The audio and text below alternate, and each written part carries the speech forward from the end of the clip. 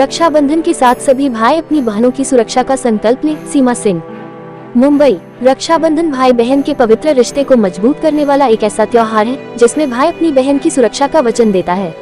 महानगर की प्रतिष्ठित सामाजिक संस्था मेघाश्रय द्वारा आज बांद्रा पश्चिम स्थित अलमेदा पार्क में रक्षाबंधन का भव्य कार्यक्रम आयोजित किया गया। कार्यक्रम में शामिल सैकड़ों बहनों ने भाइयों की कलाई पर राखी बांधी। इस अवसर पर बोलते हुए संस्था की राष्ट्रीय अध्यक्ष सीमा सिंह ने कहा कि बंगाल में जिस तरह से महिला चिकित्सक के साथ हैवानियत की गई, उससे पूरा देश शर्मसार हो गया है। उन्होंने कहा कि रक्षाबंधन के साथ देश के सभी भाई अपनी बहनों की सुरक्षा करने का संकल्प लें ताकि देश की सभी बहन बेटियां सुरक्षित रह सके। उन्होंने कहा कि बंगाल में जिन लोगों ने हैवानियत की है, उन्हें सरेआम फांसी की सजा दी जानी चाहिए। हमें किसी भी कीमत पर इस तरह की घटना को रोकना होगा। श्रीमती सिंह ने कहा कि देश की आधी जनसंख्या को सुरक्षित जीने का अधिकार मिलना चाहिए। इस अवसर पर श्रेयस सिंह तथा डॉक्टर मेघना सिंह विशेष रूप से उपस्थित रहे।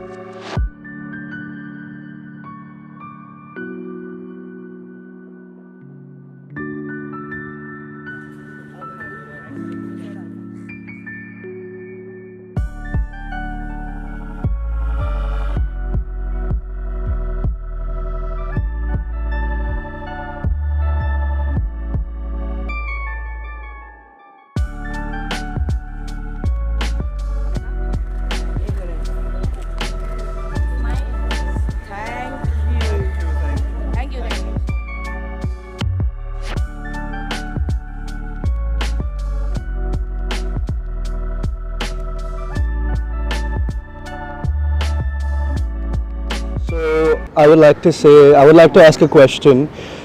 Why do we celebrate Rakhi?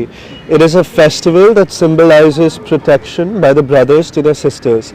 But what if the brothers, the fathers, the sons in this country are the ones doing the harm?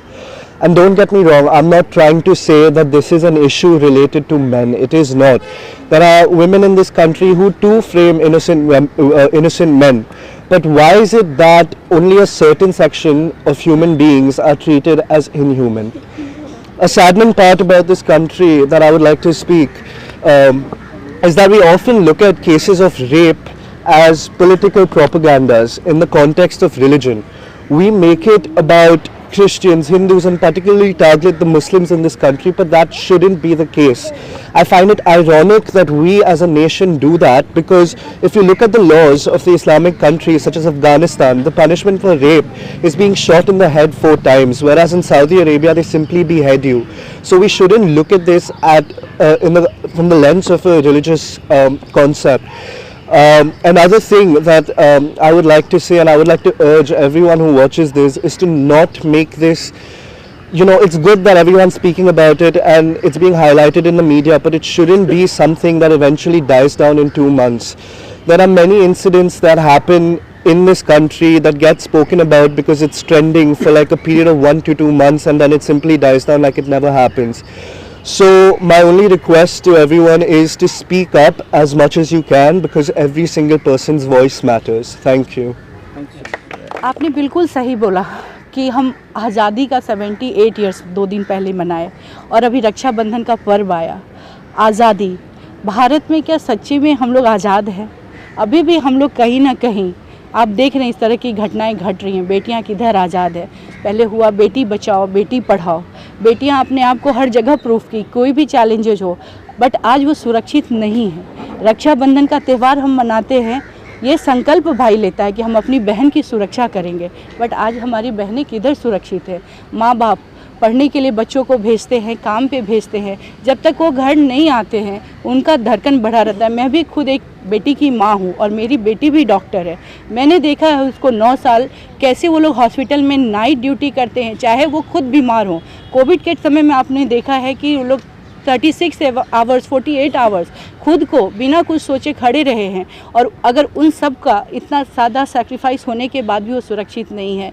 मैंने भी, जैसे बाकी भारत में माएँ हैं वैसी मैं भी हूँ, कि कई रातें हम लोग बिना काटे, जब बेटी ड्यूटी पे रात में हॉस्पिटल में ड्यूटी पे जाती हैं, जब तो वो घर वापस नहीं आते, सोते नहीं हैं, मैसेज करते रहते हैं यू आर ओके ना, बिकॉज़ कहीं ना कहीं हम लोग अभी भी पूरी तरीके से आज़ाद नहीं हैं। और मुझे लगता है फेस्टिवल में वो उमंग उत्साह कहाँ से आएगा जब आपकी बेटी और बहन सुरक्षित ना हो। तो जैसा मैंने आप लोगों को अभी बोला कि ये रक्षाबंधन मैं सब भाइयों से प्रार्थना करती हूँ कि आपसे उपहार नहीं, आपसे सुरक्षा चाहिए। अपनी बहनों को इज्जत दें, उनको सुरक्षित करें। तो बस इसी कामना से, इसी भावना से हम लोग ये रक्षाबंधन मना रहे हैं। एक आखिरी सवाल ये ज़रूर पूछूंगा आपसे कि कड़े कानून, लगता है अब वक्त आ चुका है, बहुत ज़्यादा कड़े कानून होने चाहिए ताकि इन चीज़ों को देश से उखाड़ फेंकना चाहिए, जैसे पोलियो बाकी बीमारी। बिल्कुल। क्या लगता है आपको, क्या वक्त आपने बिल्कुल सही बोला है। अब नहीं तो फिर कब? अब हम लोग नहीं आवाज़ उठाएंगे, अब हम लोग को एकजुट होकर इस पर नहीं काम करेंगे तो कब? हर दिन हमारी बेटियां जो है अपने इज्जत गंवा रही हैं, अपने प्राण गंवा रही हैं, और ये हम सब के लिए बहुत शर्म की बात है। और जैसे बाकी देशों में आपने देखा है कि रेप का कितनी कड़ी सज़ा होती है, उनको सीधा उनको फांसी पे चढ़ाया जाता है, तो फिर हिंदुस्तान में क्यों नहीं, फिर भारत में क्यों नहीं? कब तक बेटियां बलि चढ़ेंगी? कब तक बेटियों के साथ ऐसा खिलवाड़ होएगा? ये हमारे इज्जत के, हमारी सुरक्षा का है। तो देश में मैं अपने लॉ से, अपने जज से, जो भी गवर्नमेंट है उनसे हम लोग बहुत स्ट्रांगली इसकी आग्रह करते हैं कि हमारे देश में भी कड़ी से कड़ी कानून बने, ताकि ये कोई सोच भी ना कर सके इस हैवानियत का। तो देश में वो वक्त आ गया है जब हमारे देश के लॉ को चेंज करने का टाइम आ गया है, और हम सब की यही मांग होगी। तो क्या लगता है इसको लेकर जो पॉलिटिक्स चल रही है कितनी गलत है? क्या लगता है सही दिशा में कदम उठना चाहिए और जल्द से जल्द फैसला होना चाहिए? पॉलिटिकल लोगों का काम है पॉलिटिक्स करना हर मुद्दे पे, पर ये वक्त पॉलिटिक्स का नहीं है। ये वक्त है सबको एकजुट होकर ये समस्या से, इस प्रॉब्लम से निकलने का।